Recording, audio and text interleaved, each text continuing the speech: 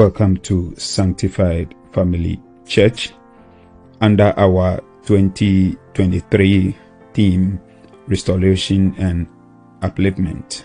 We want to welcome you. Let's pray. Father, we thank you for this wonderful opportunity. Thank you for a glorious 2023. We thank you for the opportunity once again to study your word.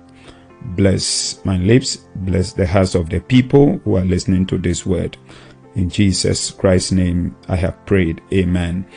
So welcome once again.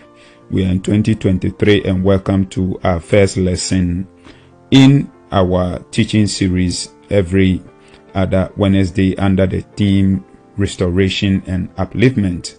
This theme was taken from Job, the chapter 42, the verse number 10. So let's move straight into our teaching. So the first lesson under this teaching is trials and tribulation, why God allows them. So the scripture for the theme is taken from Job 42, and it shows how God restored Job after everything that he went through. But in this first lesson, we want to look at and understand why we go through trials and why we go through tribulation, and even more why God allows us to go through what we go through. So the first point I want to make is that tests and trials will always be part of our life as Christians. God has never promised any Christian a trouble-free Christian life.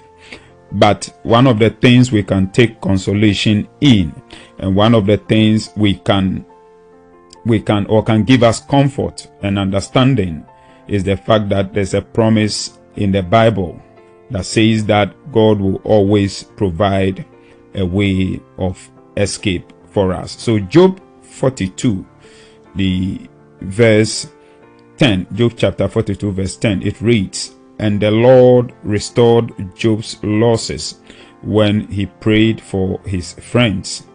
Indeed, the Lord gave Job twice as much as he had before." So before we move into that scripture and look at it into details, I want to give you some quotes that I came across that speaks about tests and trials. And the first one is from Charles Spurgeon, and he said that trials teach us what we are. They dig up the soil and let us see what we are made of. So that is what Charles Spurgeon said.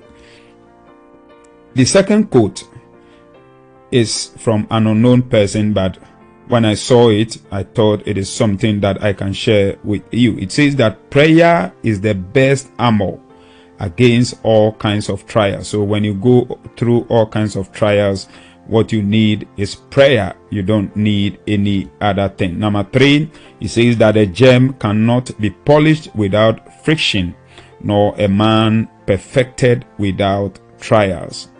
The next one, it says that being on a spiritual path does not prevent you from facing the darkness, but it teaches you how to use the darkness as a tool to grow. So we have not been promised a trouble-free or a problem-free Christian life. We will face it, we will go through it, will come our way. But the point is that once it comes our way, there's always a way of escape, and Jesus will be with us in that particular situation. So how do you use the darkness as a tool to grow as a believer? So let me quote a scripture from John chapter 16, the verse number 33. It says that these things I have spoken to you, that in me you may have peace. The emphasis there is you may. It didn't say you will. It said you may have. In the world you will have tribulation. So emphasis again, it said you will have it. It means it will come. It means it will come. But be of good cheer, I have overcome the world. So what are the keys you need in order to turn your darkness into a platform of growth? Key number 1 is that you have to understand that no test or trial is exclusive. You are not the only one going through what you are going through. Key number 2, You have to understand that you have security in the midst of tests and trials. Then key number 3, you have to walk by faith and not by sight. Let's go through once again. Number 1, no test or trial is exclusive. You are not the only one. Number 2, you have security in the midst of trials and tests. Then number 3 is that walk by faith and not by sight. You don't know Jesus as your Lord and personal Savior.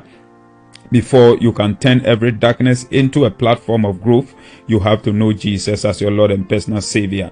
You don't know him, you want to accept him. I want you to say this short but powerful prayer after me. Say, dear Lord Jesus, I believe you are the Christ, the Son of the living God. I ask you to forgive me of my sins and come into my heart. I accept you as Savior and will follow you as Lord. Amen. So if you said this prayer, you are a child of God. I want you to find a Bible-believing church, or you can as well join us every Wednesday on our Zoom platform. The meeting ID and the password is scrolling down on your screen. Join us as we study the Word of God and pray together. You are led by the Spirit of God. You want to give and support this ministry, you are welcome. Let's pray. Father, thank you for this wonderful lesson. We understand that you have not promised us a problem-free Christian life, but one thing we know is that we have security, that whatever we go through, you are in there with us. We pray that, oh God, let this thing sink in our spirit. Let your spirit help us to go through whatever we are going through, that at the end of the day, there will be restoration and upliftment for each and everybody. Amen. So thank you for listening. This is lesson 1. We are back with lesson 2 in a series that we have titled for 2023, Restoration and Upliftment. God bless you for listening. Bye-bye.